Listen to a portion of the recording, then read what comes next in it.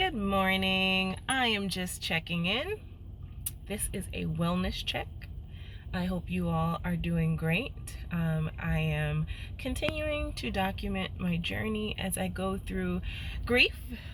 Today is Wednesday, hump day, Wednesday, October 27th, and this week was the 2-month mark for losing my husband on Monday, and the 4-month mark for losing my brother on yesterday. Also yesterday, my son and I started our grief therapy, group therapy. I will say the last 30 hours of my life, 33 hours, less than 36, but the last almost day and a half have been interesting. I've let some people go. I've let some people back in. I've cried. I felt strong. Grief therapy was okay. It wasn't what I expected, but it was okay. I definitely will participate again. But huge thing that happened is huge to me, because I do believe that, we should pay attention to the signs. I'm not actively like looking for a message, but when things happen, if something like clicks a little bit, it makes me think of something, then I'm going to take that as a sign. And yesterday, two big things happened. I'm not going to share the first one yet, but it freaked me out. I was screaming, no, no, no, no, no, no, no, no, no. It scared the hell out of me while it was happening. And I didn't think about until this morning what that could have meant. I thought about what it could have meant after something else happened. And last night I dreamed about Ryan for the first time. I think about him before I'm going to sleep sometimes, and maybe I'll see him. But, I feel like I forced that. Last night I dreamed about him without trying. And it was, I don't think it was him coming to me in a dream. It was something that I don't know. I don't know how to explain it. But, I did dream of him. I don't know what the message was in there, but then I associated it with the action that happened yesterday where I was panicking, and, eventually it'll be put together. But I do feel like I'm in a different place this morning. Barely made it to work. Got my hat on, got on my leggings, and I look presentable. I look clean and neat, just not in my business attire, and that's okay, because the only reason why I showed up is because there's things to do. So people appreciate me being here, because today is rough. I want to analyze my thoughts. I want to be in my feelings. I want to try and figure out what's going on. I'm just going to warn you, if I talk for 2 more minutes, my alarm's going to go off, so I'll fix that anyway. But if you watch my videos on TikTok or Facebook or anything, every day at 8 o'clock my alarm goes off.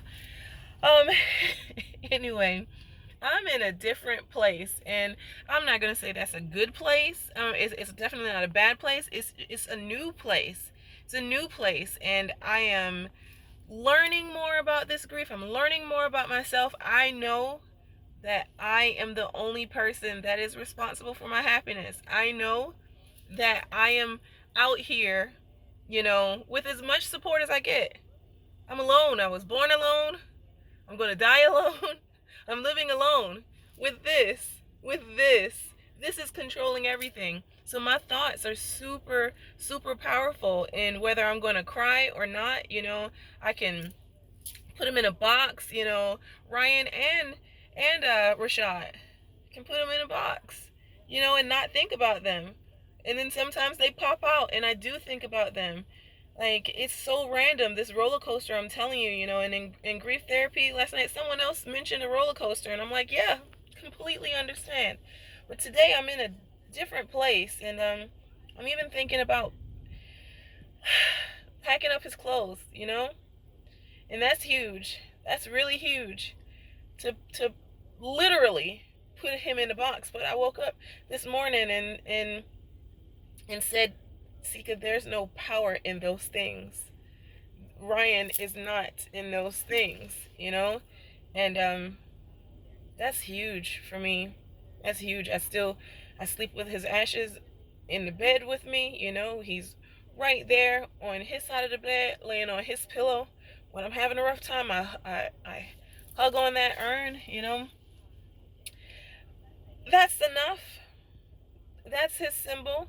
You know, I got his bowling shirt in that frame. I'm going to keep that.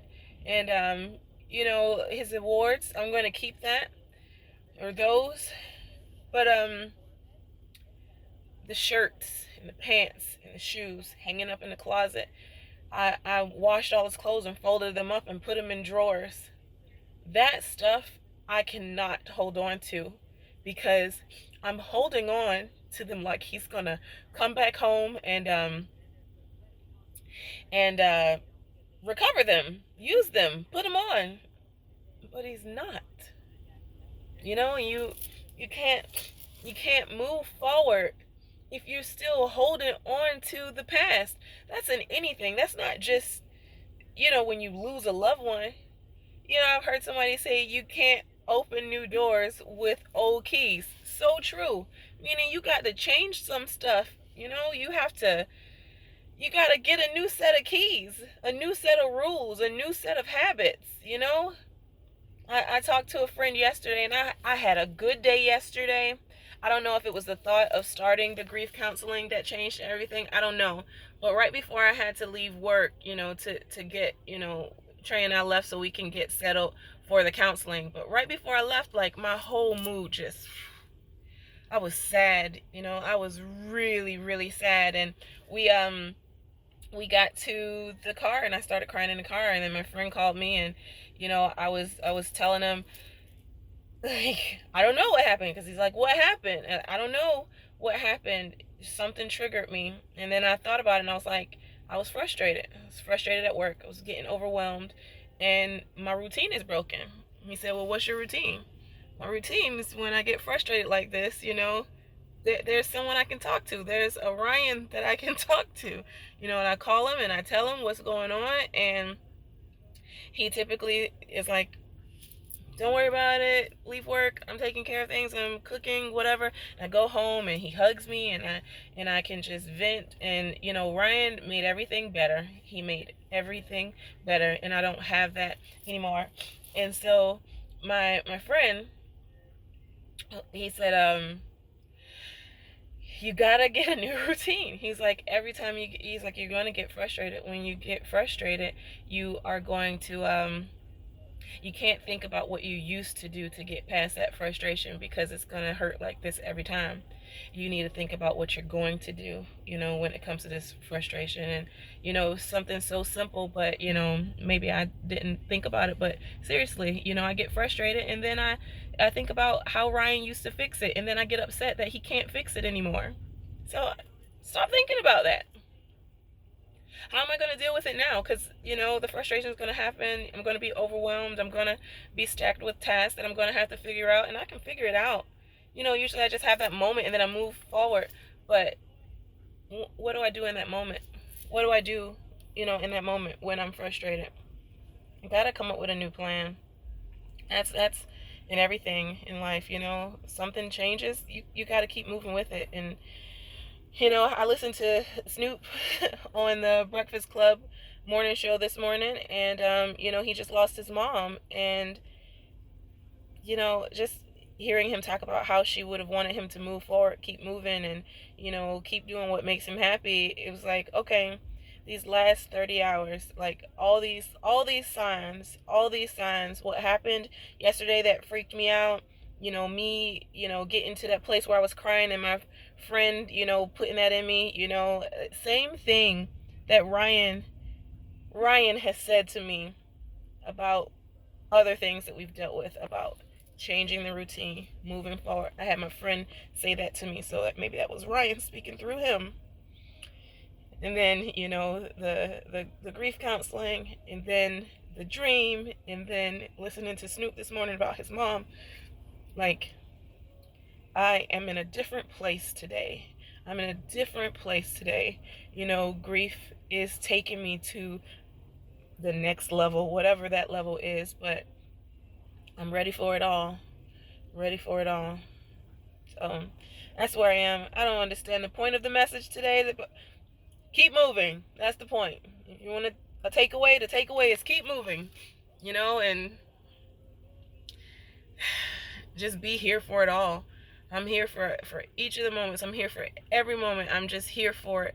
Whatever's gonna happen, I'm here for it. I'm receiving it. You know, I wear Ryan's bracelets. I have two of my own and two of his. You know, and you know he has the tiger eye and the lava, and it's about strength and courage.